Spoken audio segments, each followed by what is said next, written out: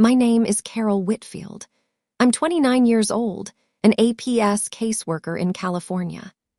On October 16th, 2025, I boarded a 5-hour and 45-minute flight from Los Angeles to Honolulu, knowing I wasn't invited to my sister Sandra's wedding. 3 weeks earlier, my father sent one cold email. Don't attend. You'll ruin Sandra's day. Your divorce, your job, the distance, it's all embarrassing. Stay away. He thought I was the weak one, the failure, the scapegoat who would never fight back. He had no idea I'd spent the last 14 months quietly building a case. He had no idea they had moved my 82-year-old grandmother to a luxury facility in Waipahu, isolated her, controlled her calls, and stolen $347,000 from her accounts. And he definitely had no idea that I wasn't flying there to crash the wedding. I was flying to save the only person who had ever truly protected me. What happened next destroyed everything they tried to hide. Before I tell you what really happened in Hawaii, if you're already feeling that knot in your stomach, if you've ever been the scapegoat in your own family, please take a second to hit that like button and drop a comment telling me where you're watching from and what time it is right now. I read every single one. It means more than you know. But I need to go back because none of this makes sense without understanding how my family worked, how they'd always worked. I grew up as the problem child, not because I was actually a problem, but because in my family, someone had to be. My sister Sandra was 3 years younger, and from the moment she was born, the roles were assigned. She was the golden one. Pretty, popular, easy. She never questioned my father, never challenged the rules, never made waves. I was the opposite. I asked too many questions. I cared about things that made my parents uncomfortable. I moved away for college and never really came back. My father, Robert, is a retired cardiovascular surgeon, 68 years old, controlling, image-obsessed, the kind of man who measured success in titles and tax brackets and whether the neighbors were impressed. My mother, Patricia, 56, was a private school administrator before she retired. She kept the peace. That's what she called it, keeping the peace. What it actually meant was enabling my father and pretending everything was fine. By the time I was in my 20s, the pattern was set. Sandra could do no wrong. I could do no right. When I graduated with my degree in social work, my father said, "So you're going to make $31,000 a year helping people who won't help themselves. Great choice, Carol." When Sandra started her Instagram account and hit 50,000 followers posting makeup tutorials, my father bought her a ring light and told everyone at Thanksgiving she was an entrepreneur. When I got married at 25 to a man I thought I loved, my father gave a toast at the rehearsal dinner that was really a eulogy for my potential. "Carol's always been independent," he said, smiling in that way that wasn't warm. "We just hope she's finally found someone who can keep her grounded." When I got divorced 2 years later in 2023, he didn't call. My mother sent a text. "These things happen. We just hope you've learned something from this." I had learned something. I learned that I didn't need their approval to survive. In 2020, I moved to Long Beach. I got a job with Adult Protective Services. The work was hard. Investigating cases of elder abuse, financial exploitation, neglect. I saw the worst of people, but I also saw the best. I saw families who fought for their loved ones. I saw systems that could work when good people used them. I made $54,000 a year. I lived in a small apartment in Bixby Knolls. I was alone most of the time. And honestly, I was okay with that. For 5 years, I was the invisible daughter. My parents didn't include me in the family Christmas card. At Thanksgiving dinners, when I did attend, my mother would introduce me to guests as our other daughter. The pity in her voice was always louder than the words. At the 2023 family reunion, my Aunt Barbara pulled me aside and said, "You know, Carol, we all worry about you. You've abandoned your grandmother. You abandoned this family. It's very sad." I'd tried to call my grandmother that week 3 times. Every time the facility staff said she was resting or unavailable or having a hard day. I didn't know then that they were lying, because in March of 2024, my father and mother made a decision. They moved my grandmother, Eleanor, from her small assisted living facility in Ventura to a place called Coral Breeze Senior Living in Waipahu, Oahu, over 2,000 miles from California. From her friends, from anyone who might ask questions. The reason they gave was beautiful weather, better care, she'll love it, my father's email said. The real reason, I would learn later, was control. Grandma Eleanor was 82. She had early-stage dementia, the kind that meant she had moments of confusion, but also long stretches of complete clarity. She was sharp. She was funny. She remembered things my father wished she'd forget. And she was the only person in that family who had ever treated me like I mattered. When I was 16 and my father screamed at me for getting a B in chemistry, Grandma pulled me into the kitchen and said, "Your grandfather got a C in chemistry. He still became the best man I ever knew. Don't let your father's fear make you small." When I told her I wanted to study social work, she smiled and said, "Good. The world needs people who give a damn." When I got divorced, she was the only one who called. "Are you okay?" she asked. Not what did you do wrong, not we're disappointed, just are you okay? So when they moved her to Hawaii in March of 2024, I tried to stay in touch. I called the facility 11 times in the first month. Every time, the same response. She's resting. She's not available. She's having a difficult adjustment period. I started to think maybe I was the problem. Maybe I really had abandoned her, like my aunt said. Maybe my grandmother didn't want to talk to me. And then on May 23rd, 2024, at 11:52 p.m., my phone rang. Restricted number. I almost didn't answer. When I did, I heard her voice, shaking, urgent, terrified. "Carol, I only have a few minutes. They don't know I have this phone." I sat up in bed. "Grandma, where are you? Are you okay?" "No," her voice broke. "No, sweetheart, I'm not okay. Robert moved me here. He said it was for my health. But Carol, they control everything. My mail, my visitors, my phone calls, my phone. I can't even call you unless I borrow a phone from one of the night nurses, and even then she could lose her job if anyone found out." My chest tightened. "Grandma, what do you mean they control everything?" "Robert comes once a month," she whispered. "He brings papers. He says I have to sign them for my care. He says for the facility. But Carol, I don't understand what I'm signing anymore. And when I try to ask questions, he gets that tone. You know the tone." I knew the tone. He tells me I'm confused. He tells me I'm having a hard day. And the staff, they're nice, Carol, but they believe him. They think I'm just an old woman who doesn't understand her own finances. I closed my eyes. I'd seen this before in my work over and over. Financial exploitation of dependent adults, isolation, coercion, gaslighting. The pattern was textbook. "Grandma," I said slowly, "are you safe? Are they hurting you?" "Not physically," she said. "But Carol, I feel like a prisoner. I'm in room 211. They moved me to the isolation wing 2 weeks ago. They said it was for my own good. But I think it's because I asked too many questions about where my money was going." "Your money?" She was quiet for a moment. "I had savings, Carol, from when your grandfather died, from the house we sold. I had over $510,000. It was supposed to be for you and Sandra, an inheritance, something to help you both." My blood went cold. "But Robert has power of attorney now," she continued.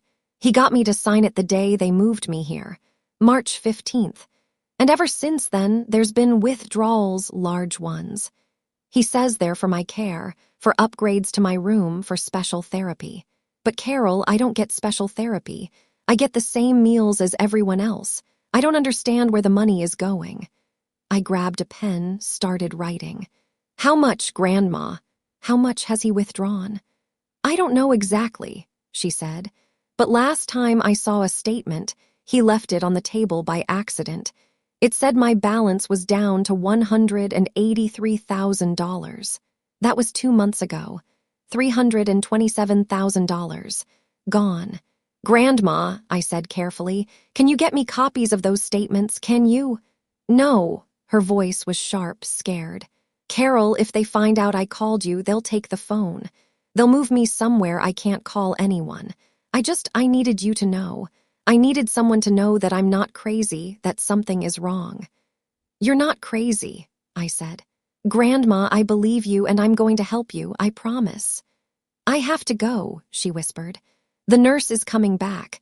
Carol, don't tell Robert. Please, if he knows I called you, he'll... The line went dead.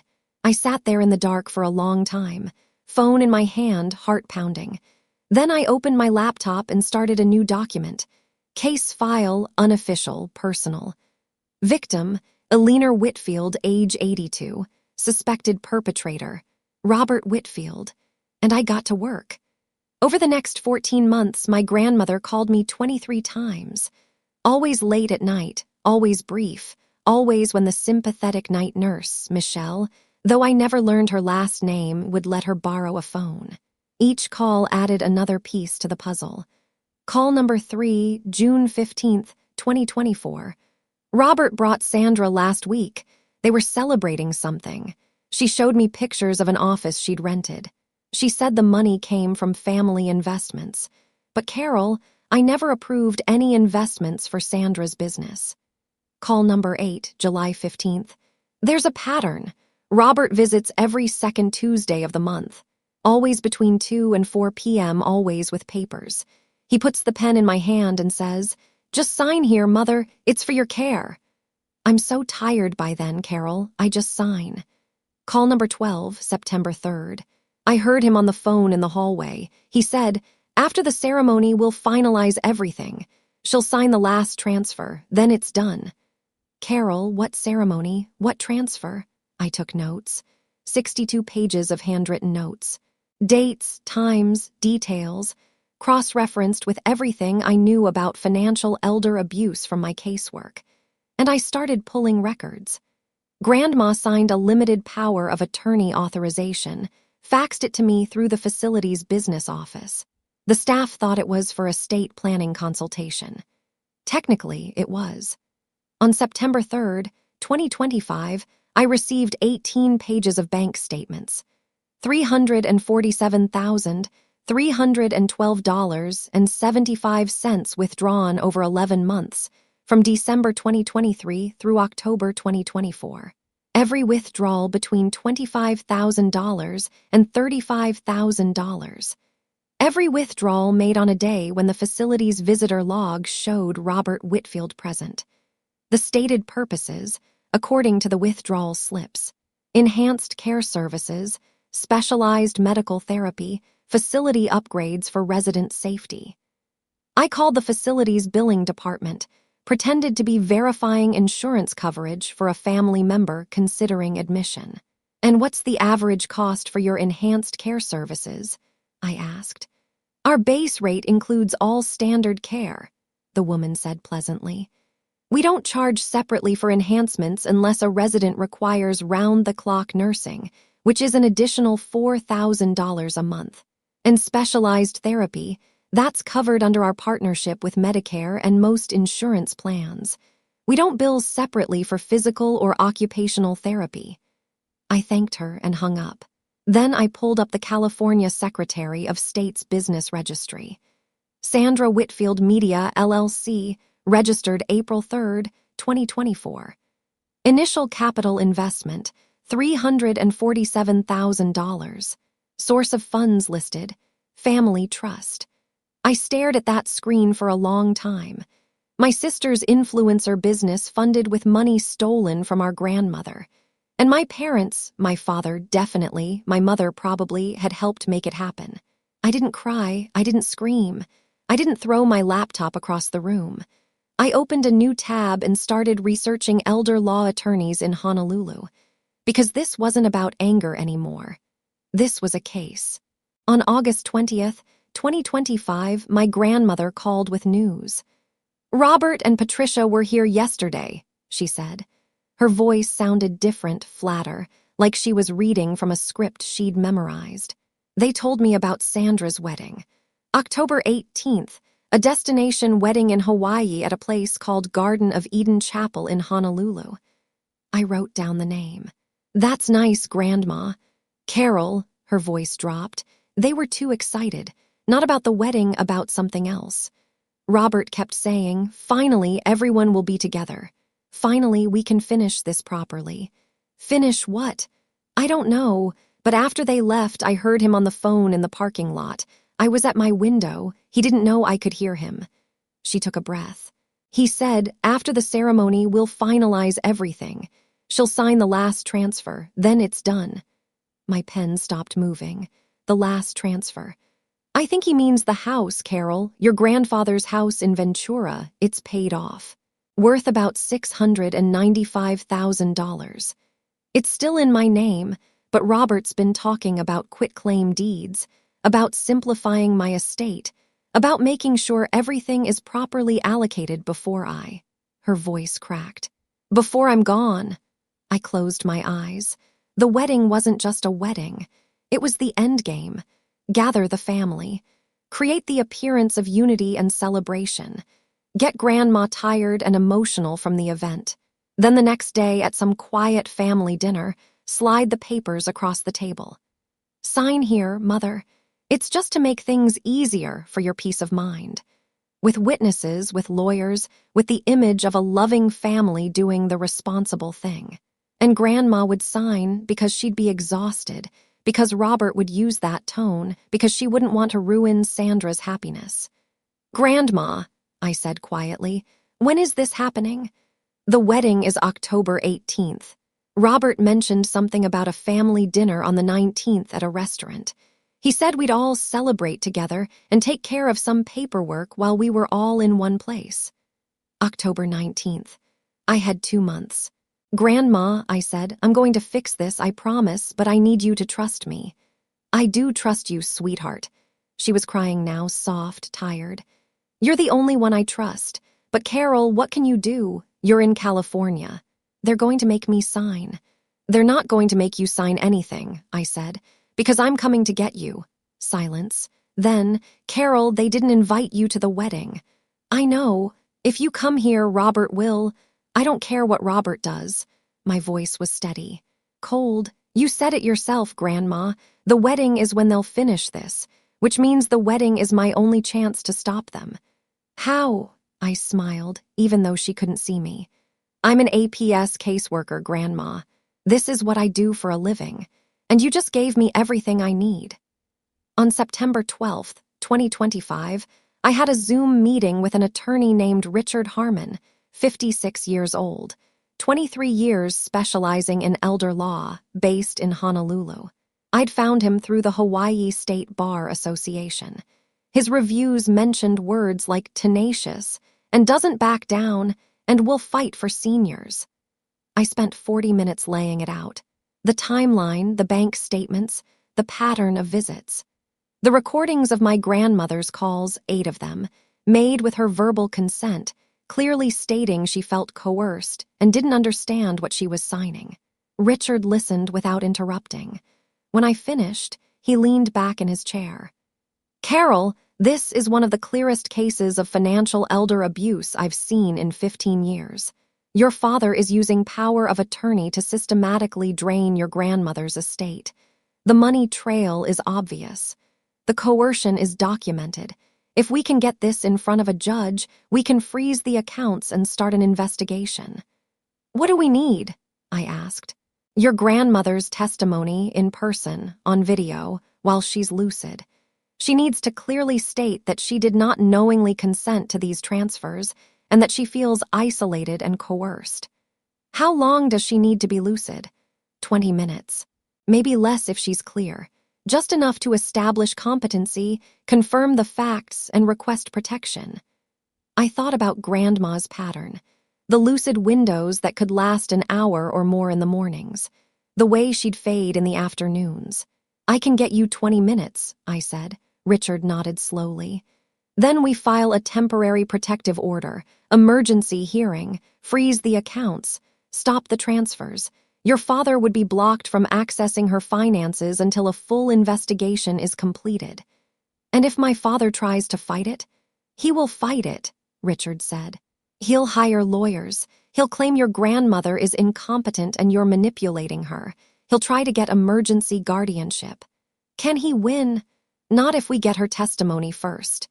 Richard leaned forward. Carol, the timing matters here. If your father completes that final transfer, if he gets her to sign over the house, it becomes much harder to unwind. Property transfers are stickier than cash withdrawals. We need to stop this before October 19th. I looked at the calendar on my wall. September 12th, 5 weeks. I'll get her testimony, I said, but I need help on the ground. Someone in Hawaii who can be there when I extract her from the facility during the wedding, when my father and mother are distracted. Richard was quiet for a moment. Then he smiled. You're going to need an APS investigator as a witness. Let me make a call. 2 days later, I was on the phone with Daniel Crawford, Adult Protective Services, Hawaii, badge number H-7471. He'd worked elder abuse cases for 12 years. Richard had briefed him on the situation. Your plan is insane, Daniel said, but he didn't sound like he was saying no. It's the only window we have, I said. The wedding is at 4:30 p.m. on October 18th, Garden of Eden Chapel in Honolulu. My father and mother will be there. They'll have left the facility hours earlier. The staff will be on reduced weekend coverage. And my grandmother's lucid windows are usually best in the mid to late afternoons. What do you need from me? Witness her testimony. Help me get her out safely. Make sure everything we do is legally defensible. And if your father accuses you of kidnapping, then you show the police your badge and the video of an 82-year-old woman with capacity clearly stating she wants to leave. APS-assisted removal of a vulnerable adult from an unsafe situation.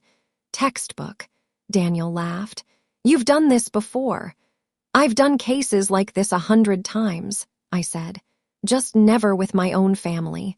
What's the facility layout? I'll send you the address. Can you do recon? I'll visit this week undercover. Pretend I'm checking it out for a relative. He paused. Carol, if we do this, we do it clean. No corners cut, no legal gray area. Because the second your father's lawyers get involved, they'll look for any crack in our procedure.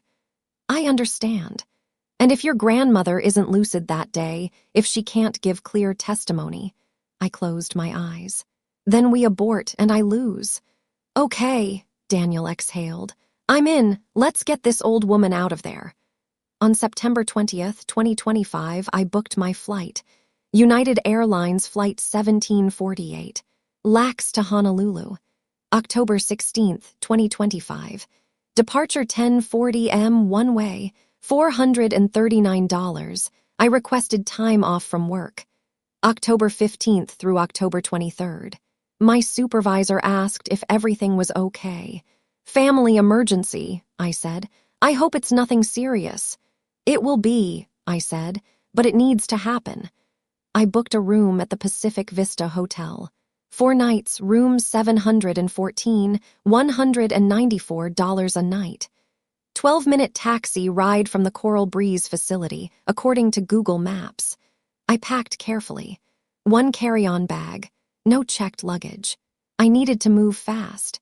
Inside, my APS badge, 2 voice recorders, printed copies of the bank statements, printed timeline, a medical alert bracelet I'd ordered online engraved with a Leaner Whitfield emergency contact.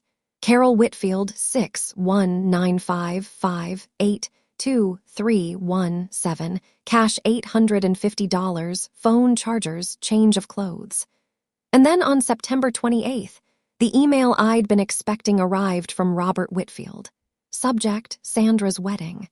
Carol, we know you haven't been in touch much lately, and frankly, that's been easier for everyone. Sandra's wedding is a celebration of family unity and success. Given your situation, the divorce, your job struggles, your distance from us, we think it's best if you sit this one out. This isn't personal. It's just what's best for Sandra. She deserves a day without complications. Please respect that. Dad, CC, Patricia Whitfield, Sandra Whitfield. I read it 3 times. Then I closed my laptop and smiled, because he just made it easier. If they weren't expecting me, they wouldn't be looking for me. I waited 3 days. Then on October 1st, I replied, I understand, have a beautiful wedding. I didn't say I wouldn't be in Hawaii. I just said I understood. And I did. I understood exactly who they were. The next 2 weeks were a blur of coordination. Daniel visited the facility 3 times, as a nephew checking out care options for a relative. He mapped the layout, confirmed that shift change happened every Sunday at 3:00 p.m. 15-minute gap with skeleton crew and distracted front desk. Richard prepared the temporary protective order paperwork. Everything ready to file Monday morning, October 19th. All he needed was the video testimony. I made my final arrangements. Printed boarding pass, confirmed hotel reservation, triple-checked that my phone recorder was charged and that I had backup batteries. On October 14th at 11:52 p.m., Grandma called one last time before I left. Carol, she whispered, I'm scared. I know, Grandma. What if Robert finds out you're coming? He won't find out until it's too late, I said. Grandma, all you have to do is be ready Sunday afternoon when someone knocks on your door and says they're from APS. That's me, that's Daniel, and we're getting you out. And then what? And then you're safe, and then we stop them, and then I stopped. And then you come home with me, Grandma, if you want to. She was crying. I could hear it in her breathing. I want to, she said. Carol, I just want to be somewhere I don't have to be afraid. You will be, I promise, 2 more days. On October 15th at 10:00 p.m., I was standing in my apartment, suitcase by the door, when my phone buzzed. Email from my father. And Carol, don't even think about showing up in Hawaii, I mean it. I stared at that message for a long time. Then I typed one line, See you in Hawaii, Dad. I hit send, turned off my phone, and went to bed. The next morning, October 16th, 2025, I woke up at 6:00 a.m. Showered, dressed in jeans and a plain black shirt, pulled my hair back, put my APS badge on a lanyard under my jacket. I looked at myself in the mirror, 29 years old, scapegoat daughter, failed marriage, $54,000 a year job my family thought was embarrassing. But I had something they didn't. I had the truth, and I had the skills to prove it. I grabbed my bag and headed to Lax. The flight was unremarkable. Seat 12A window, exit row. 5 hours and 45 minutes over the Pacific Ocean. While families around me laughed about vacations and couples held hands and retirees talked about finally seeing Hawaii, I didn't sleep. I reviewed my timeline 4 times, listened to 2 of Grandma's recordings with earbuds, mentally rehearsed the extraction plan. Somewhere over the ocean, my seatmate, a grandmother in her 70s traveling to see her daughter, smiled at me. First time in Hawaii? I nodded. You'll love it, she said. It's paradise. I looked out the window at the endless blue below. I hope so, I said. We landed at 4:20 p.m. Hawaii time. The air was warm, humid, bright. Honolulu International Airport was full of tourists in floral shirts and families with leis and people who were here to relax. I walked straight to the taxi stand. 22 minutes later, I checked into the Pacific Vista Hotel. The woman at the front desk smiled. Welcome to Hawaii. Are you here for vacation? Business, I said. She handed me a key card. Room 714. 7th floor, ocean view. I took the elevator up, unlocked the door, and stepped inside. The room was clean, generic, a king bed, a desk, a window overlooking the beach where people were surfing and lying in the sun and living their normal lives. I set my bag on the desk and pulled out my evidence binder. Then I texted Daniel. I'm here. His reply came immediately. Meeting at facility parking lot tomorrow, 3:00 p.m. Be ready. At 6:00 p.m., I had my Zoom call with Richard. We reviewed the plan one more time. Carol and Daniel extract Grandma during the wedding. Get her to the hotel. Record video testimony while she's lucid. File the temporary protective order Monday morning. 20 minutes of clear testimony, Richard said. That's all I need. She states her name, her age, confirms she didn't authorize the withdrawals, confirms she feels isolated and coerced, and requests protection. Can she do that? She'll do it, I said.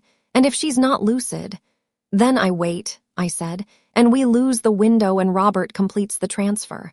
Richard was quiet. Carol, your father will lawyer up the second he realizes she's gone. Be prepared for war. I've been preparing for 14 months, I said. After the call, I sat in the dark hotel room and listened to the rain that had started falling outside. My phone buzzed. Unknown number. I opened the text. This is Michelle, night nurse at Coral Breeze. I don't know what you're planning, but I want you to know your grandma talks about you all the time. She's scared. Please be careful tomorrow. I stared at that text. Then I replied, Thank you, I will. At 10:30 p.m., I was lying in bed, unable to sleep, when I made the mistake of opening Instagram. Sandra had posted a photo of her and my parents at some fancy restaurant, the rehearsal dinner. She was wearing white. Gregory, her fiancé, had his arm around her. My father was smiling that cold smile. My mother looked perfect in cream. The caption, Rehearsal dinner was perfect. Tomorrow I marry my best friend. 2143 likes. My mother had commented, So proud of you, sweetheart. I scrolled through the comments, cousins, friends, everyone saying congratulations. I typed a comment, a single red heart emoji, posted it. Sandra would never know what it meant. That heart was a promise. Then at 11:03 p.m., another text arrived. Michelle again. Carol, I don't know how to tell you this. They moved your grandma to the isolation wing this afternoon, room 214. They said it was for her safety during the busy weekend. Visiting hours end at 8:00 p.m. tonight. Tomorrow is Sunday. Family-only visiting policy. I'm so sorry. I read that message 3 times. Isolation wing. Family-only Sundays. Robert knew something, or he was just being controlling like always. Either way, the window was closing. I texted Daniel. They moved her to isolation wing. Does that change the plan? His reply, no. Makes it harder, but we're still going. 3:00 p.m., don't be late. I set my phone down, stared at the ceiling, and waited for morning. October 18th, 2025. Wedding day. I woke at 8:00 am. Couldn't eat breakfast. Couldn't focus on anything. I spent the morning pacing the hotel room, checking my bag, rechecking the recorder, making sure my phone was fully charged. At 1:00 p.m., I checked Sandra's Instagram. She'd posted a photo of her dress. White, flowing, beautiful. 2 hours until I become Mrs. Walsh. 340 likes already. I put my phone away. At 2:55 p.m., I left the hotel. The taxi ride took 12 minutes. Coral Breeze Senior Living was a low, sprawling building painted in soft yellows and whites. Palm trees, manicured lawns, a sign that said, Where comfort meets care. Daniel was waiting in the parking lot. Gray Honda Civic. He got out when he saw my taxi pull up. Mid-40s, short hair, APS badge clipped to his belt, clipboard in hand. Carol, I nodded.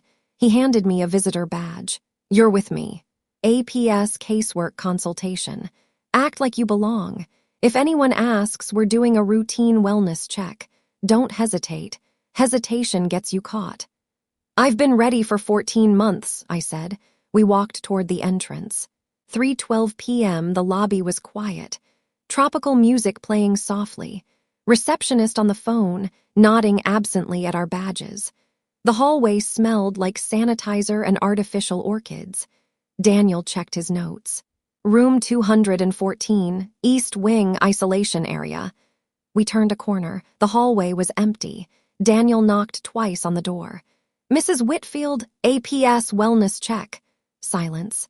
Then I heard her voice, shaky, confused. Who's there? I pushed the door open. And there she was. My grandmother, 82 years old, thinner than I remembered, wearing a facility gown, medical bracelet on her wrist, sitting in bed, looking small and scared. She stared at me, then recognition. "Carol!" I crossed the room in 3 steps. "Grandma, it's me, I'm here." She grabbed my hand, started crying. You actually came. I thought maybe you'd forgotten about me." I knelt beside the bed. "I could never forget you, Grandma, never." Daniel stayed by the door, keeping watch. "Grandma," I said, "we're leaving right now." She looked at the door. "But Robert said—" "I don't care what Robert said." I pulled the medical bracelet I'd made out of my bag. "You're coming with me." I took off the facility bracelet, put mine on her wrist. "Emergency contact, Carol Whitfield." She looked at it, then at me. "You're just like your grandfather," she whispered. "He never let anyone push him around either." I pulled clothes out of my bag. A simple dress, sweater, comfortable shoes. "Can you get dressed? We need to move fast." She nodded. While she changed, I set up my phone on the bedside table. "Grandma, I need you to do something for me. I need you to tell me on camera what happened. About the money, about Robert, about why you want to leave. Can you do that?" She looked at the camera. "Yes," she said. "I can do that." I hit record. And for 18 minutes and 33 seconds, my grandmother gave the clearest, most devastating testimony I've ever heard. She stated her name, her age, where she was. She talked about how Robert moved her here without really asking, how he controlled her calls, her mail, her visitors. She talked about the papers he made her sign every month, how he'd put the pen in her hand and say, "Just sign here, Mother. It's for your care." She talked about the money, $347,000, how she never understood where it went, how she asked questions and was told she was confused. "I don't think I was confused," she said, looking directly at the camera. "I think my son was stealing from me." Her voice cracked. "I signed papers because I trusted him, because he's my son. But I didn't know what I was signing, and I didn't consent to him taking that money." She paused. "I feel like a prisoner here. I want to go home. I want to be with Carol. She's the only one who listens to me. She's the only one I trust." When she finished, she looked at me. "Did I do okay?" I was crying. I didn't even realize it until that moment. "Grandma, you did perfect." Daniel stepped into the room. "We need to go. Shift change is ending now." I helped Grandma into the wheelchair we'd grabbed from the hallway, covered her with a blanket. Daniel led the way down the hallway, past the empty nurses' station, out the side exit, into the parking lot, into Daniel's car. We drove away at 4:12 p.m. 2 minutes later. My phone started buzzing. Text from an unknown number. "Mrs. Whitfield is missing from her room." Another text. "Security alerted." Then my phone lit up. Mom, Dad, Sandra. I handed the phone to Grandma. "Want to see them panic?" She looked at the screen. 14 missed calls in 3 minutes. And she smiled. For the first time in months, Grandma smiled. At 4:16 p.m., while the wedding ceremony was still happening, my father's text arrived. "Carol, if you have Mother, you return her immediately. This is kidnapping. I have power of attorney. You will be arrested." I typed one reply.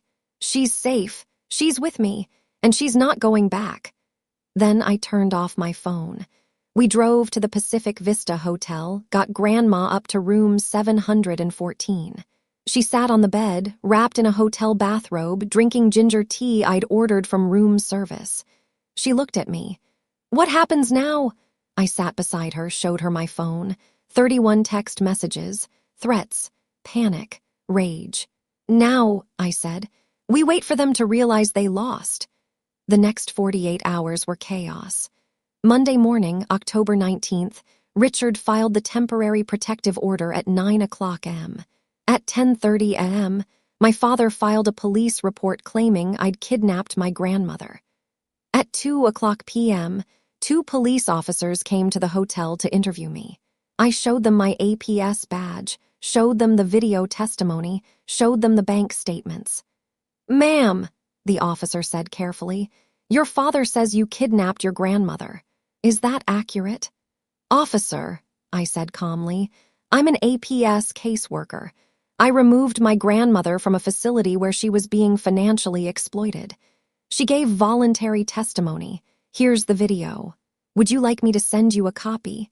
He watched 2 minutes of it. "I don't think we have a crime here, ma'am."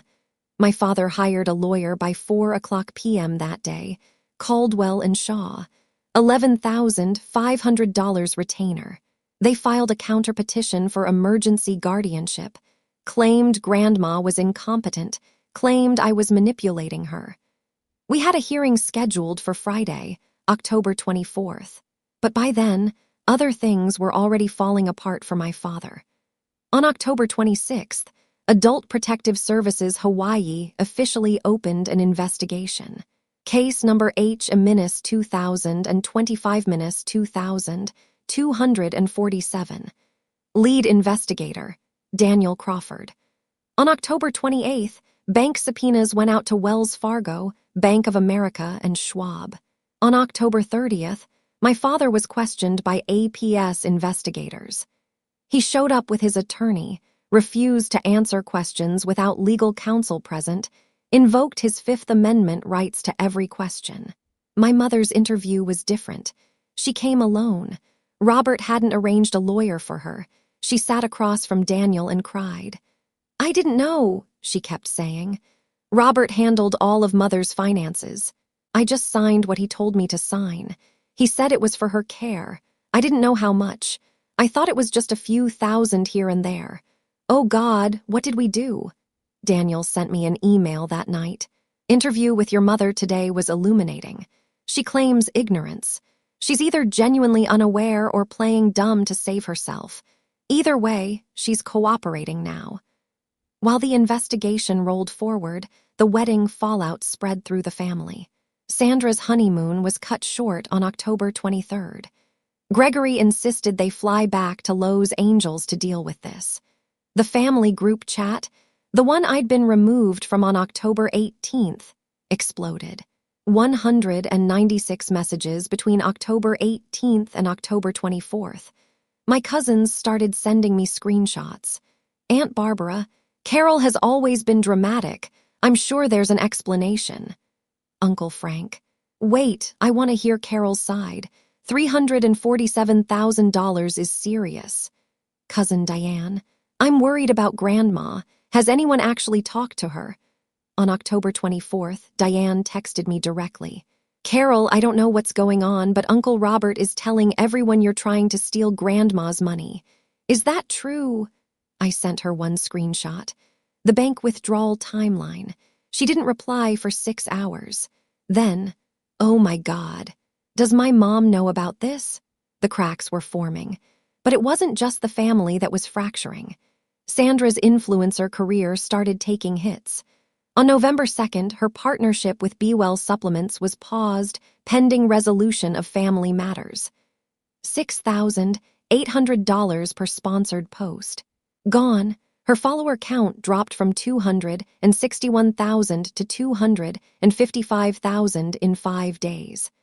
Comments on her posts started asking questions. "What's going on with your family? I heard something about your grandma. Is everything okay?" Sandra deleted the comments, posted generic positivity content, avoided family topics. But the whispers in the LA influencer community had started. And on November 4th, my mother texted me for the 17th time since the wedding. This time I answered. There was silence on the line. Then, "Carol, is Mother okay?" I almost laughed. After everything, after the exclusion, after the theft, after the isolation, her first question was, "Is Mother okay?" Not, "I'm sorry." Not, "I was wrong." Just, "Is she okay?" "She's safe, Mom," I said. "That's all you need to know." I hung up. That same day at 11:47 a.m., my mother sent a text. "Carol, what did you do in Hawaii?" I stared at those words. What did I do? I saved the woman you abandoned. I stopped the theft you enabled. I chose Grandma over your approval. I typed back. "I did what you should have done years ago. I protected her." She read it immediately. Typing bubble appeared, then disappeared. No response. She had nothing to say. On November 8th, Richard sent me a comprehensive email. The bank records had arrived. $347,312.75 extracted over 11 months. Every single withdrawal had a corresponding facility visitor log showing Robert was there that day. Every withdrawal listed purposes like enhanced medical care and specialized therapy that the facility never charged for. The money trail led to an account ending in 3974. From there, it was transferred to Sandra Whitfield Media, LLC. Richard wrote, "This is textbook financial exploitation. The pattern is devastating. Your grandmother's testimony was, in the judge's words, remarkably clear and credible. He denied your father's guardianship petition. She remains under protective order. I'm forwarding this to the district attorney's economic crimes unit next week. Carol, this will likely result in criminal charges. Are you and your grandmother prepared for that?" I showed Grandma the email. We were sitting in my apartment in Long Beach by then. I'd flown her back on November 10th. My small 2-bedroom in Bixby Knolls had become our home. I'd converted the spare room into hers. New bed, photos of Grandpa on the dresser, her favorite books on the shelf, a window that caught the morning light. She'd cried when she first saw it. "You did this for me." "Grandma," I said, "I'd do anything for you." Now, reading Richard's email, she was quiet for a long time.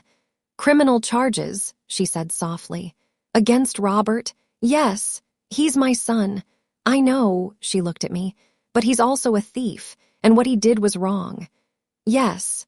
"Then I'm prepared," she said. On November 15th, I sent one final email to my father, my mother, and Sandra. The subject line was blank. The message was short. "Moving forward, there will be no direct contact between any of you and Grandma Alina unless she initiates it. There will be no contact with me. All legal and family matters will go through attorney Richard Harmon. If you violate this boundary, I will pursue a restraining order. Grandma is safe, healthy, and happy. That's all you need to know." My father replied within an hour. "You are a disgrace. You've poisoned Mother against her own family. This isn't over. We will fight this in court. You will lose." I blocked his email, blocked his phone number. My mother didn't reply. Sandra sent a message at 2:38 p.m. "I hope you're happy. You destroyed this family. Grandma will realize what you did eventually, and you'll be alone." I read half of it, deleted it, blocked her too. Grandma asked me that night, "Do you think they'll ever understand?" We were making dinner. Pasta. Simple. The kind Grandma used to make when I was little. "I don't think they want to understand," I said. "And I'm done trying to make them." She nodded, stirred the sauce. "You know what I realized," she said. "What?" "For years I felt powerless, useless, like I was just a burden everyone had to manage." She looked at me. "But Carol, being here with you, taking care of this apartment together, cooking dinner, this is the first time in years I've felt like I matter, like I have a purpose." I hugged her. "You've always mattered, Grandma." "I know that now," she said. On November 26th, the day before Thanksgiving, we went grocery shopping. Vaughn's, 11 o'clock m. Turkey, potatoes, cranberries, pumpkin, pie crust, ingredients, $84.17. Grandma wanted to make her pumpkin pie, the recipe from 1965, the one Grandpa loved. We spent the afternoon in my small kitchen cooking together.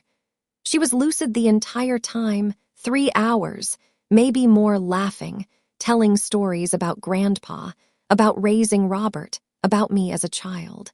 "You were always stubborn," she said, rolling out the crust. "Your grandfather used to say you were just like him, stubborn, righteous, brave. I wish I remembered him better. He'd be so proud of you, sweetheart. Standing up to Robert like that, that's pure Thomas Whitfield." As the sun set, the apartment smelled like cinnamon and nutmeg and roasting turkey. Grandma sat at the table watching me mash potatoes. "Carol," she said quietly, "I need to tell you something." I stopped, turned. "What is it, Grandma?" She looked at her hands. "When Robert moved me to that place, part of me gave up. I thought maybe he was right.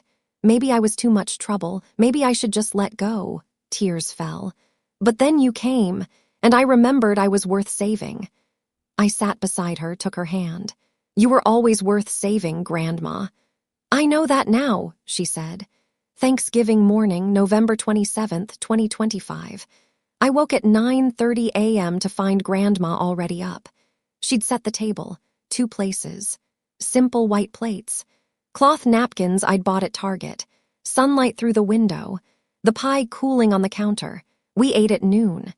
Turkey, stuffing, mashed potatoes, cranberry sauce, green beans, just the 2 of us. No performance, no judgment, no need to be anyone but ourselves. Grandma said grace. Thank you for second chances and for Carol. We ate slowly, talked, laughed. And for the first time in years, I felt like I was exactly where I was supposed to be. After we finished, Grandma stood slowly and walked to the window, looked out at the long beach skyline. I started clearing plates. Carol, leave those, come here.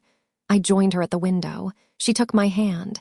You know, sweetheart, you keep saying you saved me, but I don't think that's the whole truth. I looked at her, confused. She smiled, gentle, wise. You didn't save me, Carol. She squeezed my hand. You finally let me save you, too. I didn't understand at first. Then she continued. All those years I watched Robert hurt you, exclude you, make you feel small, and I couldn't stop him.